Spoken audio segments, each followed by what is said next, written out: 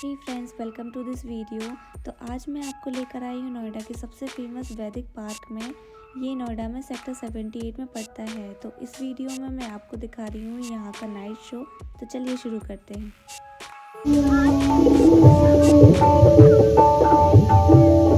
एक मिट्टी का पात्र लें, उसमें ताम्र पट्टिका कॉपर शीट डालें तथा मित्रा वरुण शक्ति इलेक्ट्रिसिटी का उदय होगा।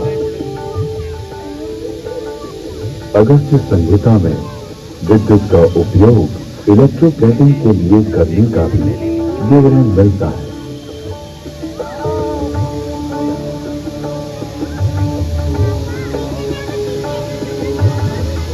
अतः अगस्त्य को कुंभोधव बैटरी बॉम्ब भी कहते हैं।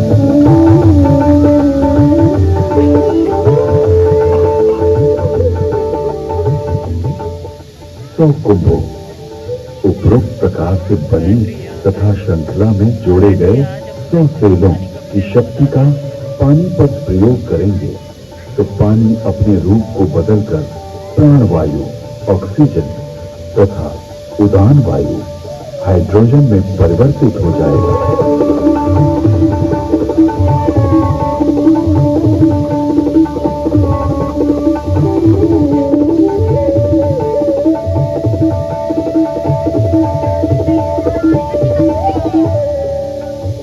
कृत्रिम स्वच्छता है।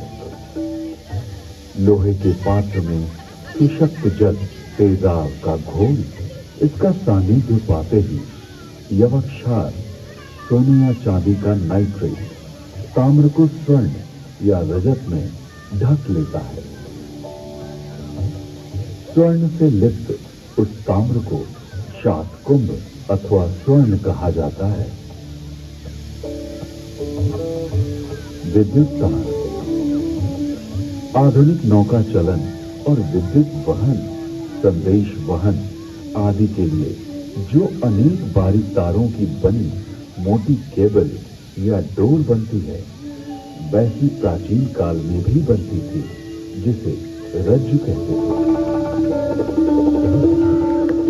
रुद्रों का एक गुण, 9 गुणों का एक पाश, 9 पाशों से एक रश्मि और 9, 8, 7 या 6 रज्जु रश्मि मिलाकर एक रज्जु बनती है।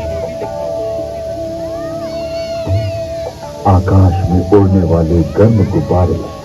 इसके अलावा अगस्त्य मुनि ने गुब्बारों को आकाश में उड़ाने और विमान को संचालित करने की तकनीक का भी उल्लेख किया है।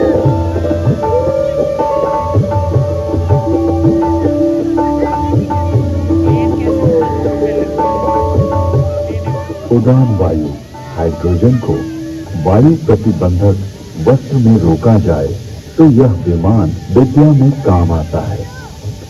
यानी वस्त्र में हाइड्रोजन पक्का बांध दिया जाए तो उसमें आकाश में उड़ा जा सकता है।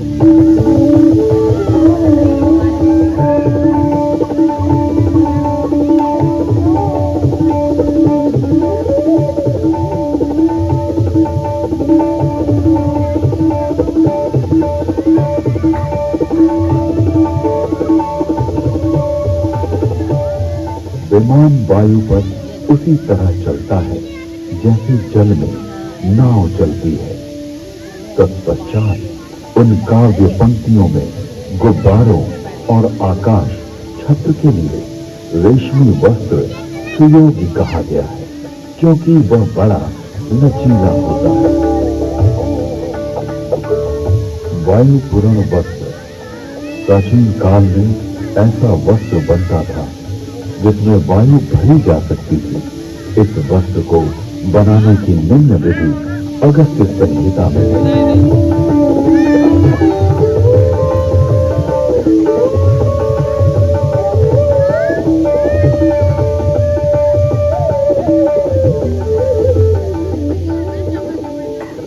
पृथ्वी का सूर्य की परिक्रमा करने का वर्णन ऋग्वेद, यजुर्वेद और अथर्ववेद के मंत्रों में मिलता है।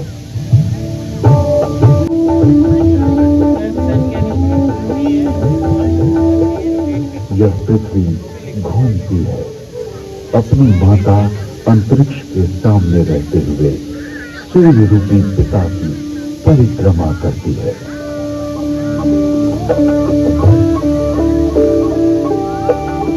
पृथ्वी शक, सूर्य, कृष्ण की प्रदक्षिणा करती है।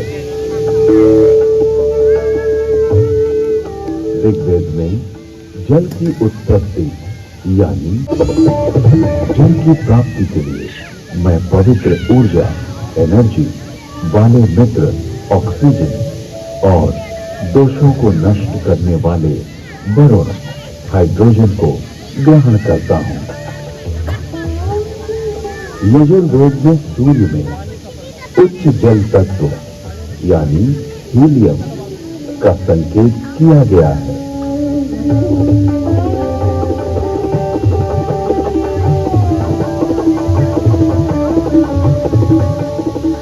उच्च शक्ति से युक्त हाइड्रोजन जो कि हीलियम के रूप में है, सूर्य में है।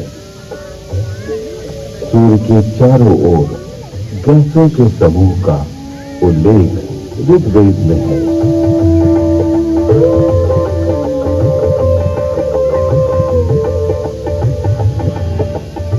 ऋग्वेद में ही सूर्य की गति और प्रकाशक होने का वर्णन है।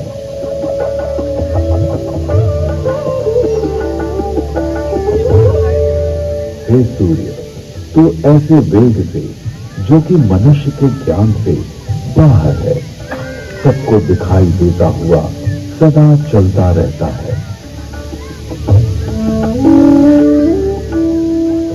विश्व के प्रथम वैज्ञानिक अथर्वा ऋषि के अनेक आविष्कार का उल्लेख वेद में प्राप्त होता है।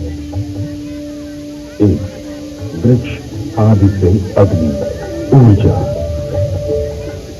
अथर्वा ऋषि ने मंथन, घर्षण, फ्रिक्शन से ऊर्जा उत्पन्न की।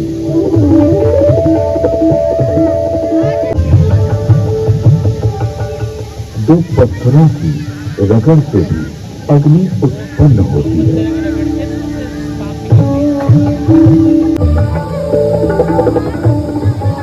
जिस प्रकार गर्भस्थ शिशु की रक्षा के लिए उल्ब, जार, जेल, झिल्ली, परत, मेम्ब्रेन होती है, ये स्थूल रूप वाला है।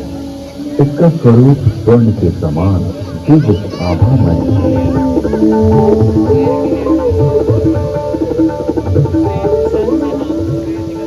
ऋग्वेद में पृथ्वी का अपनी धुरी पर घूमना बतलाया गया है।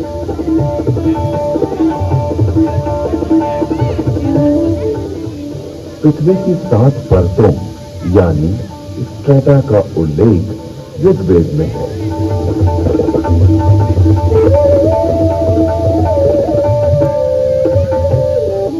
वेदों में पर्यावरण के संघटक तत्वों का निरूपण, इसलिए अपने बीच किसी को भी असमान न समझो, किंतु सभी विद्वानों के प्रिय बनने और सभी लोगों को दान देने का यत्न करो और सदा सभी की समृद्धि की कामना करो।